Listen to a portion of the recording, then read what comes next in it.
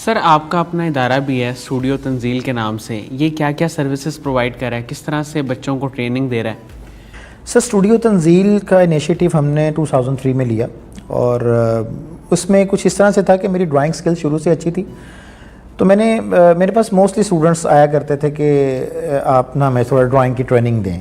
تو میرا studies time تھا، وہ میں نے اسٹڈیز کے ساتھ ہی ایک چھوٹا سا انیشیٹو لیا کہ کیوں نہ ہم اپنے ایک اسٹوڈیو ڈیزائن کیا جائے. تو میں نے اپنے ایک چھوٹے سے گھر کے ڈرائنگ روم سے ایک چھوٹا سا اسٹوڈیو بنایا. میرے پاس اسٹوڈنٹس آتے تھے کام کرنے، تو خیر وہ کرتے آج ماشاءاللہ پورا میرے پاس ایک سسٹم ہے اسٹوڈیو کا. ہمارے اسٹوڈیو کی جو سروسز میں اس میں سب سے امپورٹنٹ سروس جو ہے وہ ہے کوچنگ اور اس کے ساتھ کاؤنسلنگ، کیونکہ ہمارے کاؤنسلنگ سینٹرز نہیں ہیں آرٹ کے حوالے سے. اگر آرٹ کے حوالے سے تو نہیں، میرا خیال اوور آل بھی بہت کم ہے اور کاؤنسلنگ پہ اتنا فوکس نہیں ہوتا. تو اس میں سب سے امپورٹنٹ کاؤنسلنگ اور اس کے بعد کوچنگ کلاس.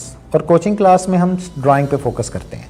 جن اسٹوڈنٹس نے نیشنل کالج آف آرٹس میں یا different art and design universities میں اپلائی کرنا ہے، تو اس کے لیے ہم یہاں پہ ٹریننگ دیتے ہیں. اور اس ٹریننگ میں ہمارے پاس جو سب سے امپورٹنٹ چیز ہوتی ہے وہ ڈرائنگ ہے.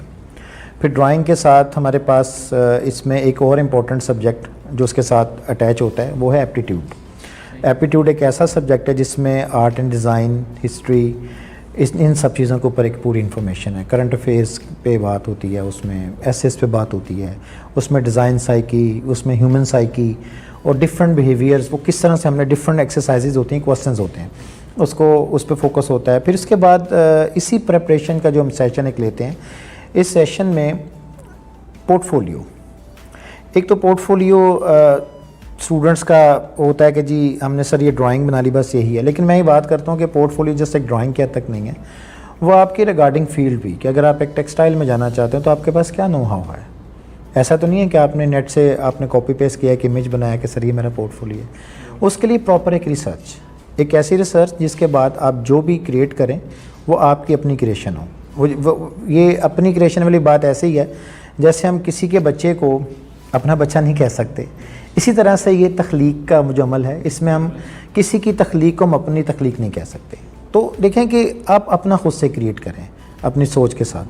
تو یہ چیزیں چل رہی ہوتی ہیں. پھر اسٹوڈیو کے اینڈ پہ ہمارے پاس اس میں پریپریشن کے حوالے سے انٹرویو کاؤنسلنگ ہے، اس میں ڈرائنگ کاؤنسلنگ ہے اور بہت سے ایسے بے شمار ہم کریٹیو سکلز کورس کرواتے ہیں اس میں، جس میں ہمارے پاس ڈرائنگ ہے، پینٹنگز ہیں، یہ سکلز ہیں، ساری کریٹیو سکلز ہیں.